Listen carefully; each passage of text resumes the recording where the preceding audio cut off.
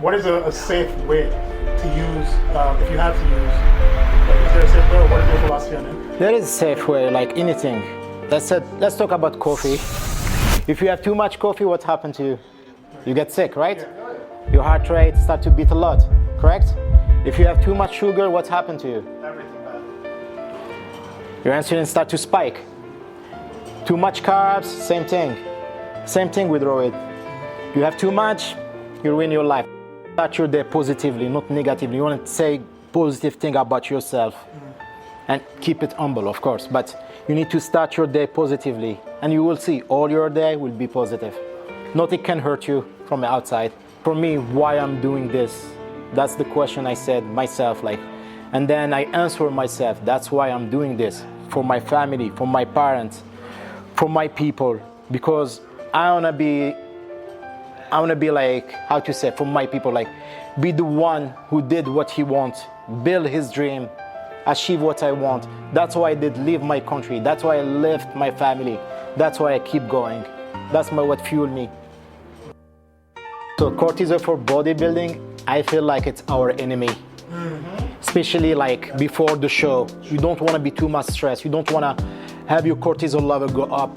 Because if you go up, you get water retention. You can see it in your face, by the way. You can see it in your body. And you don't want that. That's why you always keep it like low. And you're gonna ask me probably, how are you gonna keep it low? If something standing between you and your happiness, it was for me. I had to face my depression and the constant negative self-talk. Therapy helped me realize I deserve to be happy. That's why this podcast is called I Choose Health, because I made the choice to heal, and I want to share that with you. As a gift to you, we've partnered with BetterHelp as our sponsor to help you start your own healing journey. We all face moments when life feels overwhelming, whether it's stress, anxiety, or just feeling stuck. Talking to someone can make a real difference. And that's where our sponsor BetterHelp comes in. BetterHelp offers professional online therapy that's convenient, affordable, and entirely on your schedule. You can connect with a licensed therapist by video, phone, or even chat, whatever works best for you. Let our sponsor BetterHelp support you on your journey to better mental health. You can get 10% off your first month by going to betterhelp.com/iChooseHealth. That's betterhelp.com/iChooseHealth for 10% off your first month. Take the first step toward feeling better today. As a teenager, I decided to live better, so I gave up the meat, eggs, and cheddar. At 20 and 30, I wanted more, so I strengthened my mind and my core. Living a life that is healthier and wealthier because I choose health.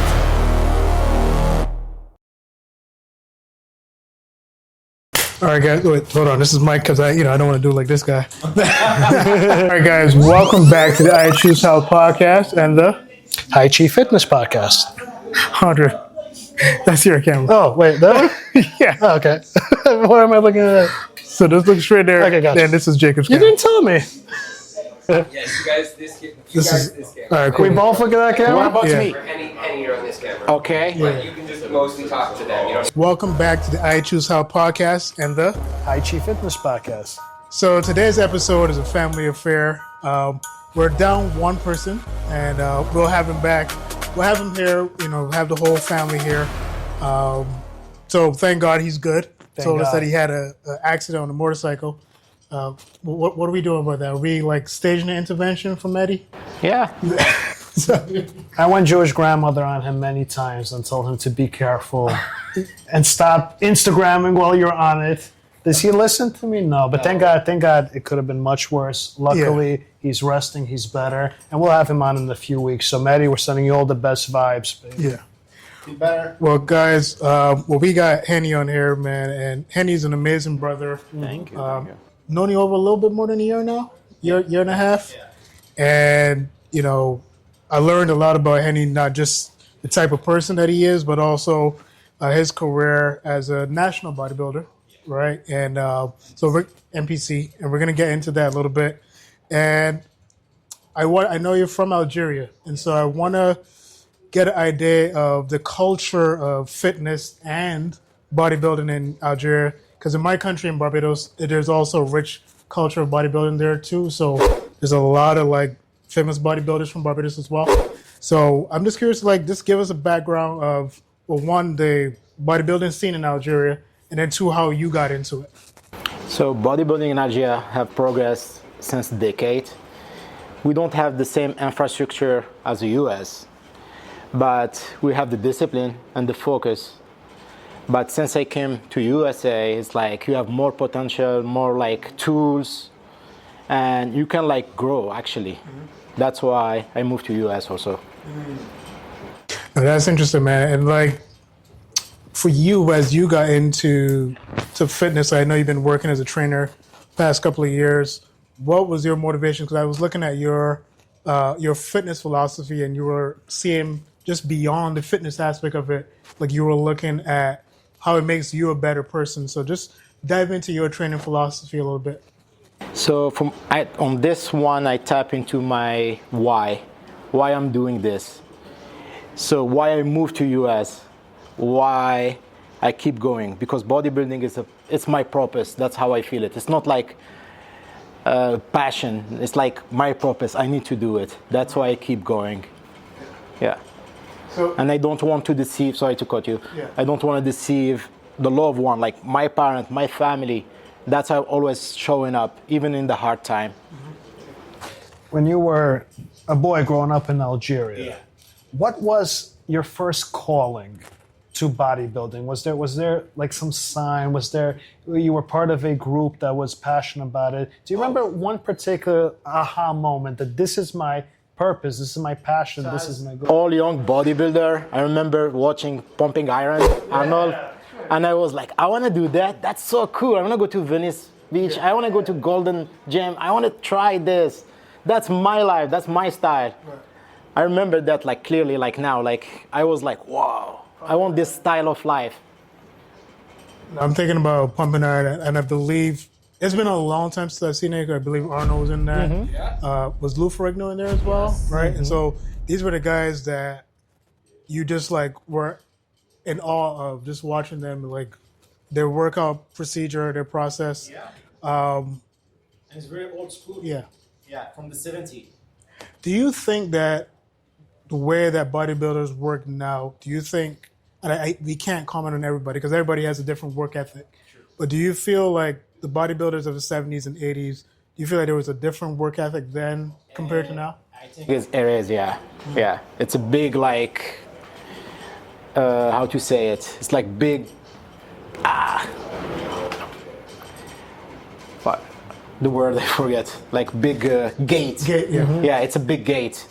So on the 70, you can even see it on this 70, like bodybuilding, you can see like their morphology, how they look. And now, and if you go to heavyweight, they look really bigger than the normal like bodybuilder. That's why they create the classic physique and the men's physique. They add new division to the bodybuilding. Right. So it is big gate, like big difference. And it's not only like for working out, it's also about science. The science since the 70s to now, 2025, did progress a lot. So we know which work for human body, which not work for human body. I definitely want to pick your very wise brain with bodybuilding because, as you know, this podcast, one of our modus operandi is to have our masters and our experts reverberate their brilliance, what got them to be their successful selves out. So the three of us are all part of, we were part of Chelsea Piers. That's how we met. I don't even know how many years of fitness experience we have between the three of us. I have about 20. You have? I have 5. 2 decades. Yes, it's also, so we have close to 50 years of So experience. I'm the baby in personal training. No. So you know very well with all the elements, the joggers, they have their style of working out. The yoga have yogis. The Eastern medicine people, we have our own thing, strength and conditioning. Bodybuilders, you guys have your own element. And when I think of bodybuilder, I even remember that old meme, remember with the old plates? Even though they were 45 pounds, they seemed they were heavier than the plates we have now. It's like culture, yeah. It's like a different vibe, bodybuilding. True.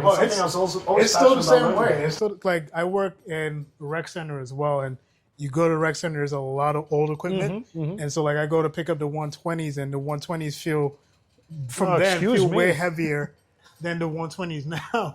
It does, doesn't it? Yeah. But it's something about it. Maybe it's it's like, yeah. Well, I'm just lifting them to move them. I'm not lifting them. Working out or just move them? Just moving them. Oh. Warm up for you. That's true. I go to another gym, Elite Barbell. I work out sometimes there, and it's like they have old weight, like all metal, not like what we have there at Chelsea. But you feel the difference when I work out with that. I feel like I'm pushing more. Yeah. Doesn't feel like the same thing. That's right. fascinating, Yeah, isn't it? yeah. Same way, but just the ergodynamics of it. It's mental a lot. is mental. So, which is gonna piggyback to another about mentally preparing for your great shows. Yeah. So for someone because not everybody's trying to get a bodybuilder physique. Yeah. For someone who is trying to get that bodybuilder physique, take us through the discipline that's necessary for that. From sleep to eating, right, to the training process. Sure. Just take us through that, right? Because it's like, I think I told you after I saw what you did with Mehdi. Yeah. And I was just like, all right, I got to do the same thing. And I will plan to do it. We'll get a blood test done. Yeah. So I definitely want to do it because I want to set myself up mentally to prepare for that. So just take us through that process because I know there are a lot of people who are trying to work on that physique as well. True. So to do the process, three parts of this process. The first part is to bulking. You need to bulk clean, have clean food, bulk with it, and it takes around 3 months. And when you say clean, I mean, we understand, but for those listening, when you say clean food, what do you mean? I say clean food, like real food, like sweet potato, pasta, real pasta, not like stuff like that. Or no sugar, no bread, no, like clean, real food. That's what I mean. Yeah. And then the second phase is you start cutting, which is, for me, is the easiest phase. So you start to introduce cardio, lower your calorie, have less carbs. And then the third phase is the peak week, and it's just 1 week before the show. So 1 week before the show, let's say Sunday, you go on keto diet. And keto diet is just protein, meat, and fat. That's it. No vegetable, no carbs, no nothing. No sweetness, no nothing. And having water also, for me, is 6 liters a day, which is like 2 gallons, almost. For, let's say, Sunday to Thursday. Then for Thursday, I get 3 liters. And I cut salt. Then after that, this is the most like hard period for bodybuilder. So after that, cutting salt, you start cramping, and you start to carb up slowly because you don't want to blow. And when I say carb up, you have clean carbs again, and you carb up. Then you start cramping. When you start to feel cramping in your calves, then you introduce salt, and then you start to get the pump, and you can see it like on the mirror. You can feel it also. And then on the day of the show, rice cake and honey candy sometime. Right. Yeah, gelatin candy. For me, it's vegetable gelatin. You can have also chocolate during the show. Gonna not blow you up. Right. And that's it. And no water, by the way, into the end of the show. How long would you say your pump lasts? That ultimate pump from the show? It depends how you carb up also. Yeah. But does it last days or is it You stay for me, it stay like 2 days. I get the crazy pump for 2 days, yeah. And you can feel it. You just like squeeze and you're like, whoa, that's amazing. So we've had on this show, about 3 vegan bodybuilders, right? We've had I saw it. Yeah. Tori Washington, Corin Sutton, and then Robert Cheek. You'll be the fourth. Yeah, right? Robert Cheek, who's considered the godfather of vegan bodybuilding. For people who are vegan and trying to get into bodybuilding, how, like, is it this similar process as well? For vegan, I don't have a knowledge for it. Okay. But I think they can have similar process because, we can find protein on veggie stuff, right? The only thing I will be concerned for vegan, it's iron. Because to get iron fixed in your body, you need animal iron. That's what science said to us. That's why for vegan people, they need to have some supplement, bodybuilder, to fix the iron in their body. Yeah. And is that specifically are we looking at prioritizing mass or when we're getting the iron, is it, what's the... Both, because when you're bulking, you need certain amount of protein, and when you're cutting, same thing. So I don't think both need like you need to do some blood work and be like really focus on your blood work, because you don't want to be deficit in iron or like creatine also. Vitamin B. Yeah, true. So, when we think about, muscle hypertrophy or muscle growth, and I want to kind of split it up into lower body, upper body. Sure. Are there specific, let's start with lower body, are there specific lower body exercises? Let's say you're 12 weeks out from a show, right? Are there specific lower body exercises you focus on? And are there specific upper body exercises that you focus on that you think are going to get you back to performance physique by that time? You said 12 week, correct? So 12 week, you are in phase of cutting. You need to keep pushing, but you don't need to over push, because you don't want to get too much glycogen depleted. Then you're going to lose muscle, not only fat. That's why you said 12 week is the phase when you are like cutting. You need to be careful how you're working your legs, because legs is big muscle, and you will take a lot of energy. You get a lot of depletion. That's why you need to be like slowly but surely. Yeah. For upper body, same thing. You need to go slow but sure. Push the same amount how you start to do when you start to cutting. But in the last week of the show, you cannot do legs because you're already glycogen depleted and you are in keto diet. And to do like some exercise like back or like any upper body, I think, you cannot push like 100%. You need to push like, let's say, 65%. Because if you push 100%, upper or lower for last week, that's bad. You're gonna look flat in front of the judge on the stage. And then when you look flat on the stage, that's not good for you. Yeah. Henni, do you guys incorporate the softer, ab-heavy range of motion practices such as yoga or Pilates when you guys are bulking, or there's no point, would you say, it's really? Interesting question, and I like this question. So before in the 70 and 80, they used to not do any yoga, any Pilates. It wasn't like a male hero. Yeah, which is bad. Because when you're working out, what are you doing? You tighten the muscle. Exactly. So you lose a lot of range of motion. I think it's really important to keep doing yoga. For me, it's a hot yoga. And Pilates, I think, is the key for lower body, abs. Yeah, it's really important to keep your range of motion, like you keep being flexible and everything, because you need to think about long-term goal, not like short-term goal. Because if you keep going and just getting muscle, then you're gonna see, like you can see some bodybuilder who are not professional, they're working like, and you can see some bodybuilders who are professional, they're like, you see the difference, how they walk, how they run, how they stand. It's really important to do like yoga and Pilates. Yeah. In Russia, there's an old adage, proverb that says, the first tree that falls when the wind blows is the heaviest, most unnimble tree. You have to be nimble. The nimble sapling or the nimble birch tree, it knows how to sway through the energies. Yeah. And even though you guys are on stage for a small moment of time, it's only one little part of the whole bigger spectrum, because you guys have your lives, you're prepped. Even when you're prepping, you're walking around, I don't know how many steps a day. Yeah. You want to be nimble, you want to be fluid. And that's why I'm always, when I train my clients, I incorporate a best of multiple worlds to have the strength and conditioning with the softer styles. And when I was managing this gym called Just Keep Moving years ago, we were doing some cool stuff. It was a fusion gym. And we would have Pilates masters work with bodybuilders, ballet dancers work with football players. And we had this big football guy came out. He was about 280, a professional lineman.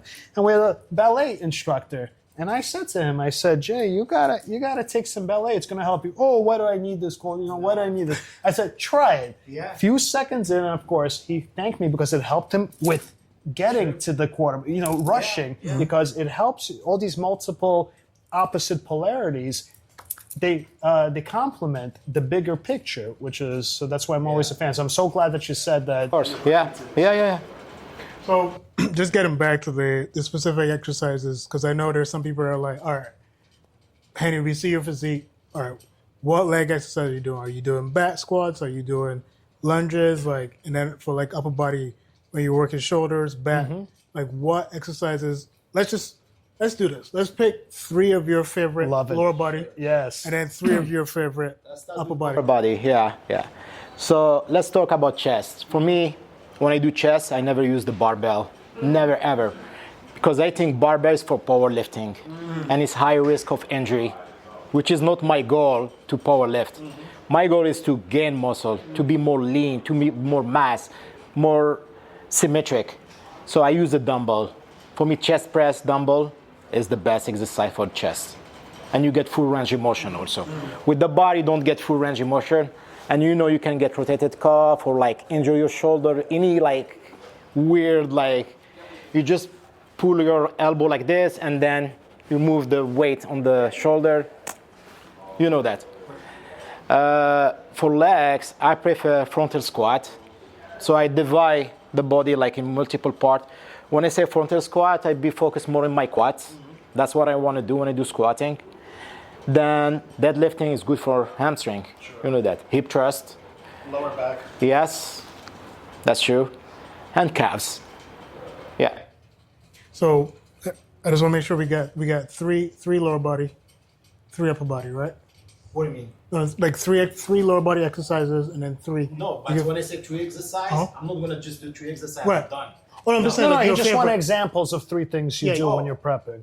Like 3 things for the. Yeah, Like like your 3 different exercises for upper body, 3 different yeah, like your exercises 3 for lower. favorite. Your 3 favorite. Chest exercise favorite for the upper body, chest press dumbbell, real delt fly, reverse fly, and the row, bar row for the back. Yes. That's an old school one. Yes. And for the legs, frontal squat, deadlifting for hamstring, and single legs also deadlifting. Yeah. I love Bulgarian. I mean, some people think I'm crazy, but I love them. They come from the Bulgarian gymnasts. Yeah. They're so ahead of everyone. True. They developed that routine, so it's proven. Yeah. And of course, incorporating that into the strength and conditioning and the aesthetics. True. It's definitely very practical. And you get like full range of motion, like you go deeply, and then you go up. I love it. That's why I love Bulgarian squats. It's like simultaneously complex but isolated at the same time. True. Yeah. And calves, regular calves exercise. Yeah. So usually I do superset, in, out, and that's And I it. know for core, we probably didn't speak a lot about core, but for core, you focus mostly on Pilates, right? Like Pilates movements. For the core, no. Yeah, you can say that, but for the core, I do like two exercise a week for core, and it's usually superset, crunches, like lateral also, or like single legs up. That's what I do. But I think core, because a lot of people ask me how you get like core, how you get like Nutrition. yeah, and it's mostly nutrition. Yes. Y'all heard that. That's what is it? Mostly nutrition. All right. So everybody is like, let me get these ab exercises, which of course are still important. You can do core like. Every day, if you want, you will not have six pack. Yeah. If you have like bad nutrition, you drink alcohol, you eat a lot of sweetness, you will not have six pack. Because there's a layer of fat that's going to be over it, preventing Yeah. the aesthetics from being seen. Yeah. So that's why the diet is such a meticulous and important really part key. of the regimen. So I want to shift gears a little bit. So we talked earlier in the show about Mehdi, and you and Mehdi working together for the show. I think that was back in August. Yes. And I wanted to just talk about that relationship and the brotherhood, right? Yeah. Because for me, I know when I first came to Chelsea Piers, there was a trainer he wasn't from my country, but he's from the Caribbean. And so he actually moved back to the Caribbean when I actually started working at Chelsea. So I never really got a chance to build that relationship with him. But you and Mehdi have been working for over a year. And so just seeing that brotherhood, you both were from Algeria, both competed in a show together. Just speak about that brotherhood and what he means to you in terms of that relationship. Yeah. And then what you both have learned from each other.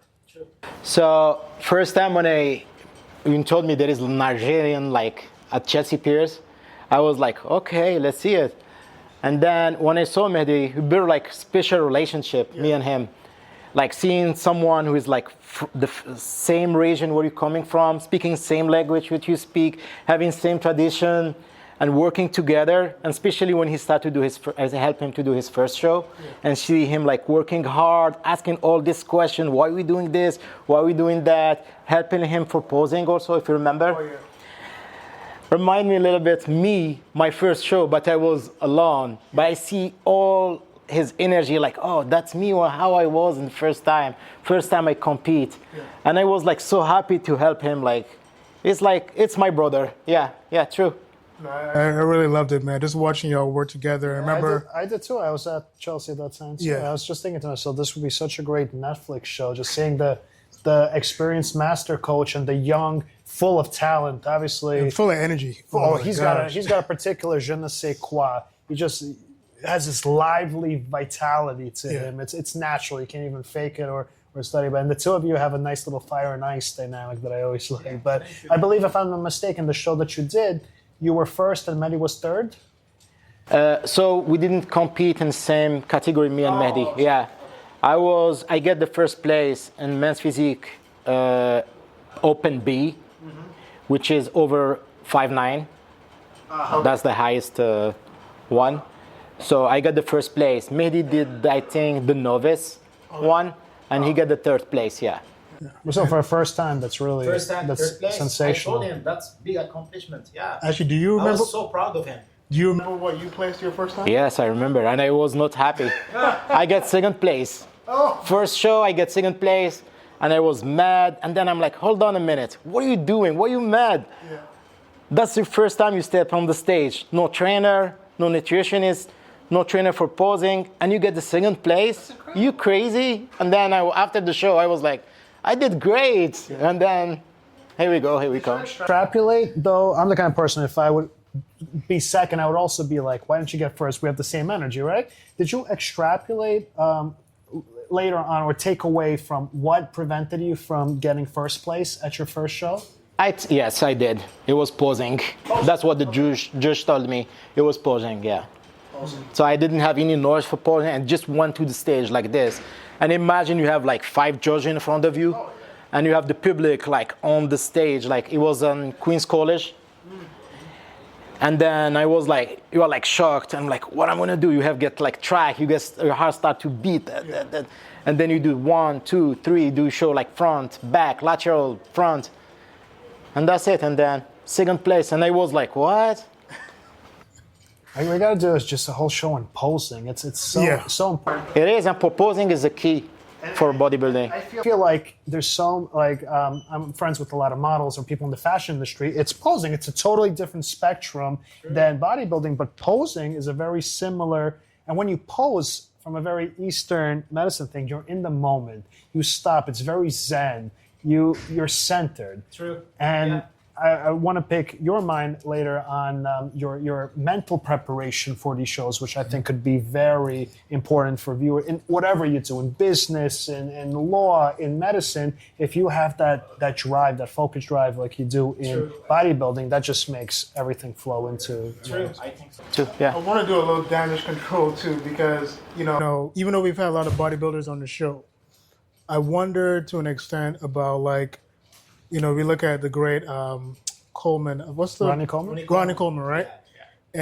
And legend in the game. What he did in the game was amazing. I think he won 8 competitions, and for somebody like him right now, who's in his late 50s, going into his 60s, but we see he's wheelchair ridden mostly. Yeah.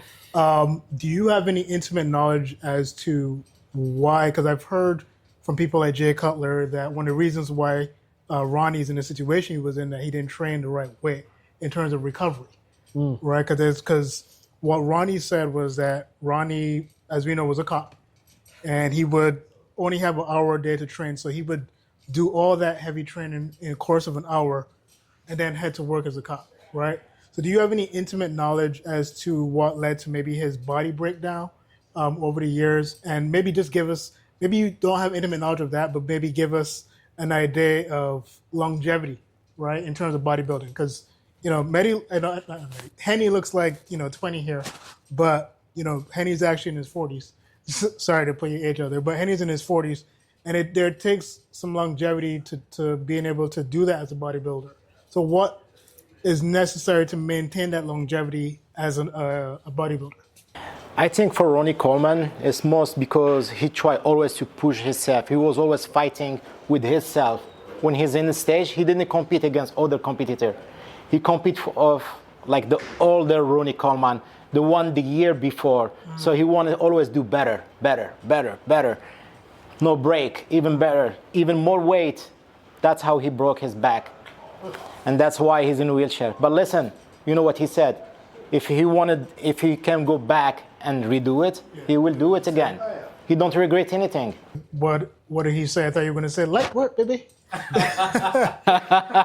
Lightweight, baby. Him and the leg press, and you can't even put the 45s on anymore. People are stacking it up, and he's there. I think he hurt his back when he was doing squat, back squat, yeah. I think recovering for longevity is really important. That's why you need to get off training sometime, 2 months. You lose some muscle, you get some body fat, which is normal. You need to give break to your body for longevity. Then you can restart again. Like now, right now, I'm off. No workout. I keep doing my cardio morning, but I don't lift weight. I'm not in specific diet, bulking, but I know next month I will go back bulking, go back to my workout, my focus. That's how it is. Restore. One of my specialties. You know, it's one thing I would recommend to you, especially when you're off training, is to do a lot of trigger point massages, a lot of SMR release, lacrosse, a lot of reflexology in the feet. Because all of that is going to help. You did mention about the cramping, and I know that comes from the salt and everything, but the more it is that you get your meridians, and I'm getting very Eastern medicine, but it's also physiological, and your trigger points, especially over here when you're benching or you're pressing these areas right here by the lats and rhomboids start to get inflamed. So the more it is that you do those painful, not pleasant golf ball and lacrosse ball rollings and spiky foam rollers and against the feet, I feel that's really going to give you an advantage. And it's going to help you with your posture, believe it or not, as a secondary effect, because your body just intrinsically is going to start to get into its full potential. Interesting you saying that. I did try a week ago, acupuncture, and I think it's magical. It's like I did feel relief, all the stress. Yeah, that's true.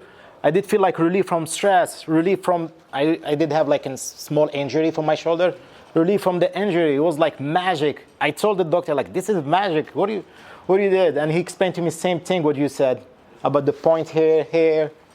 It was like pain relief, like right away. That's why we have that's why I study under Master Wu. Wow. If we can't, can we get him on the podcast? No, okay. He's not going to come. He also does not speak English. Oh, okay. It's like, it's really good. few words, yeah. We'll get a translator. No, I'll offer it to him, Master Wu. yeah. Well, and if we need to travel to... Your master. I go to him, and then I studied all the points, and then I bring people on him, and he lets me observe the process. Yeah. It was like, I was impressed. I was impressed, seriously. I didn't know like acupuncture can like remove some stress, some pain, fix stuff. Now, if you don't mind, because we're going to shift gears again, you know, of course, as you're going through life, there's going to be challenges, right? And so on top of like work challenges or even in the process of training, there are some personal hurdles as well. How have you, like, what do you tap into mentally to deal with some of those personal hurdles that come your way? Like, what are you telling yourself? How are you preparing yourself in the morning, whether that's meditation, or like how are you tapping into, or what are you tapping into? So usually I start my day with meditation, that's true. I take like 30-minute meditation, no talking, no nothing. I have my light in front of me, especially in the winter. You need some vitamin D. It's like sunlight. And I meditate. And for me, why I'm doing this? That's the question I said myself, like, and then I answer myself, that's why I'm doing this. For my family, for my parents, for my people, because I wanna be like, how to say, for my people, like, be the one who did what he wants, build his dream, achieve what I want. That's why I did leave my country. That's why I left my family. That's why I keep going. That's what fueled me. No, that's amazing to just keep that forefront. And I'm finding the challenge as well. Like sometimes, even with this podcast, I'm so connected to and committed to this podcast doing well that sometimes one of the first things I check is like, what are the numbers? Like what are the views and stuff like that? And I'm like, you know what? Like just stay committed to it, stay under, be disciplined. So for me, I have to get back to that morning meditation, right? Just getting up, yeah. Because like there's just so much that's happening on a day. Because you want to start your day positively, not negatively. You want to say positive thing about yourself and keep it humble, of course. But you need to start your day positively, and you will see all your day will be positive. Nothing can hurt you from the outside. And one thing I want to ask as well, because I know if we leave this question out, I can see people in the comments like, why do you guys not touch on that? Right? So I have a lot of friends in the bodybuilding world, and what I've noticed as well, being around them, you know, they're using whatever, supplements or roids, right? And a lot of them, the emotional regulation is crazy with some of them. I have one friend, his emotion is usually a lot of times very down or sometimes it's very up, right? So how do you feel like in terms of like the use of steroids of bodybuilders? What is a safe way to use, if you have to use, like, is there a safe way, or what is your philosophy on that? There is a safe way, like anything. Let's talk about coffee. If you have too much coffee, what happens to you? You get sick, right? Yeah. Your heart rate starts to beat a lot, correct? If you have too much sugar, what happens to you? Everything bad. Your insulin starts to spike. Too much carbs, same thing. Same thing with roid.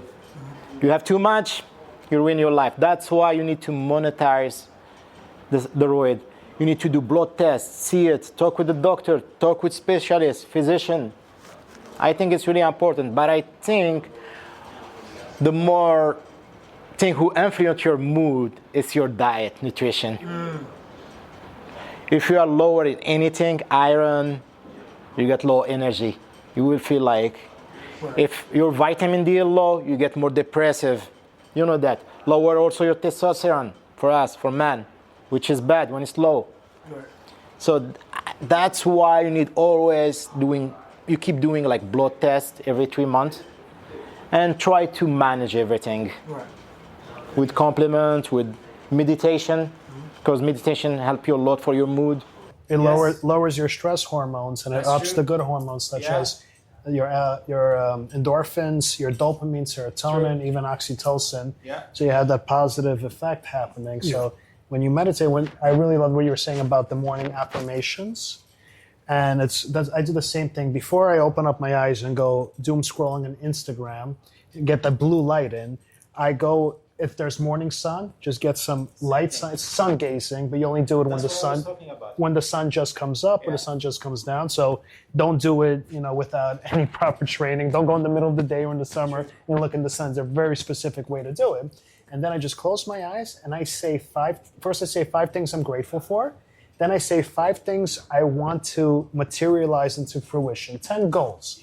And then take a deep breath and continue forward. So I love that you do that. And when I don't have the sun, I use the sunlight. I have special lamp, and I just stand in front of it, and I'm like meditating.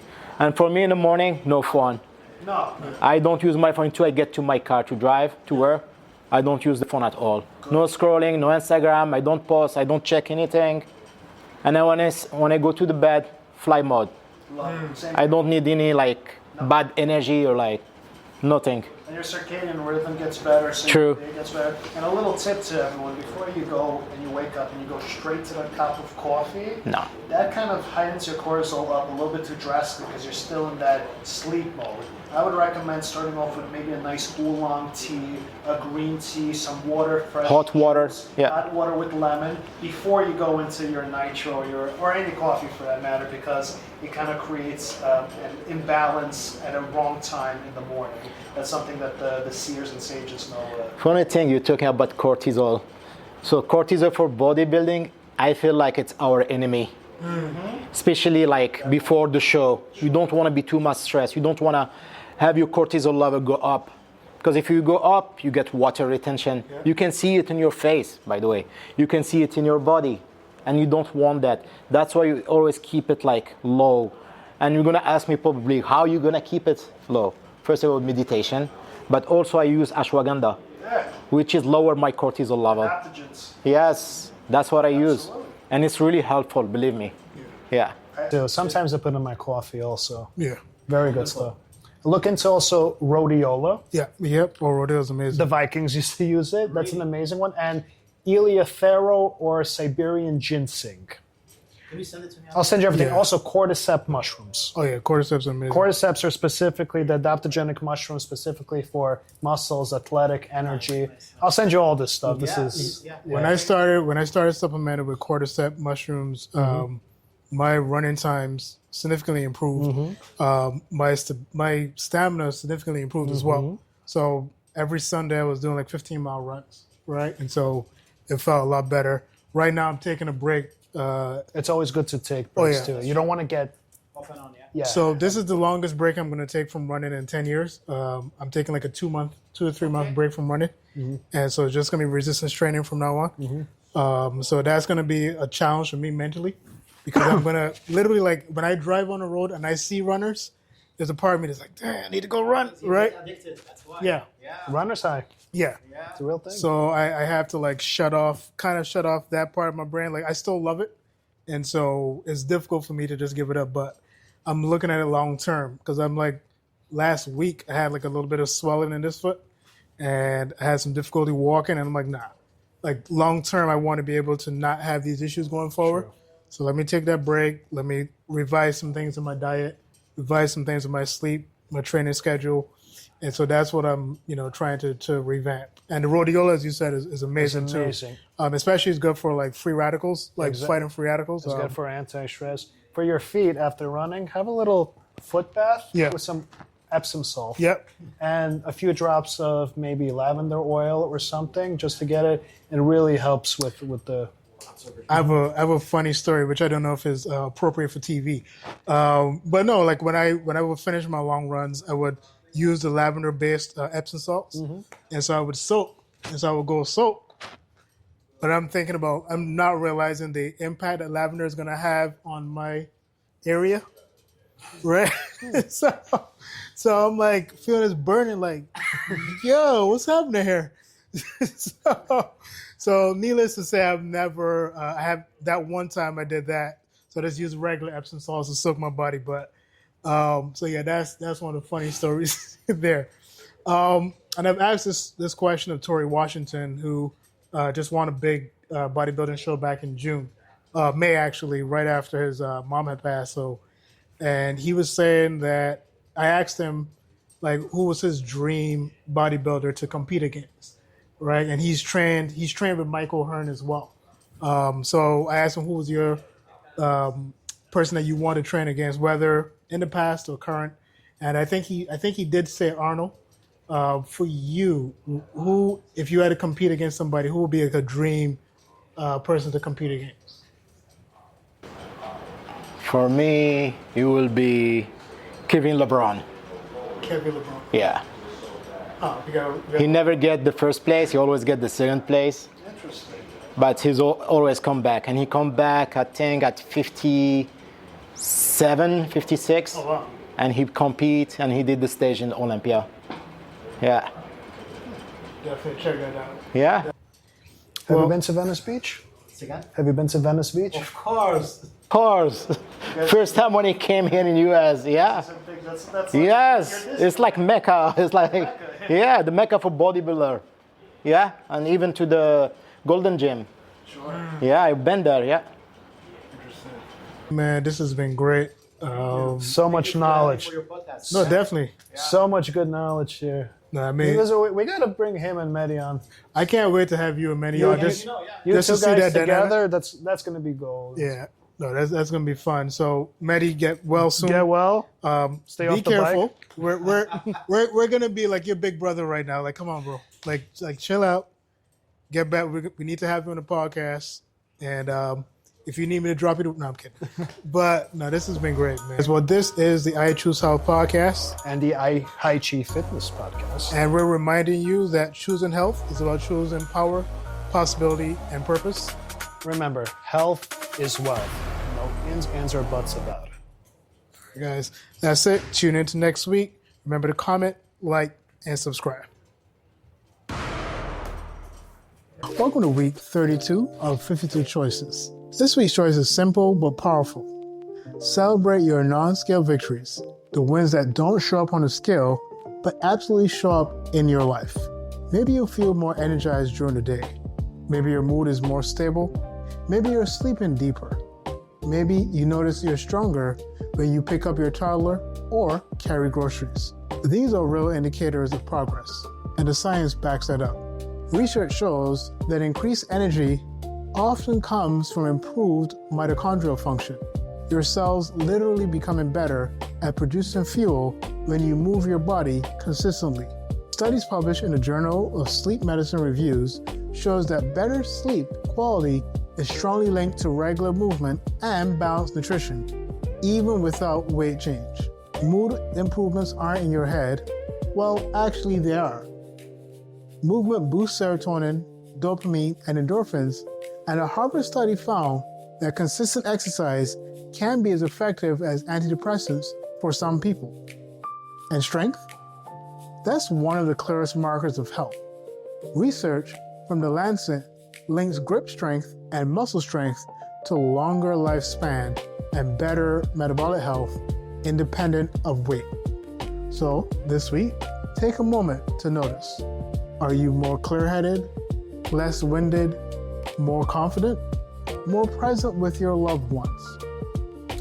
These are victories. These are proof you're changing. Celebrate them, honor them, and keep going.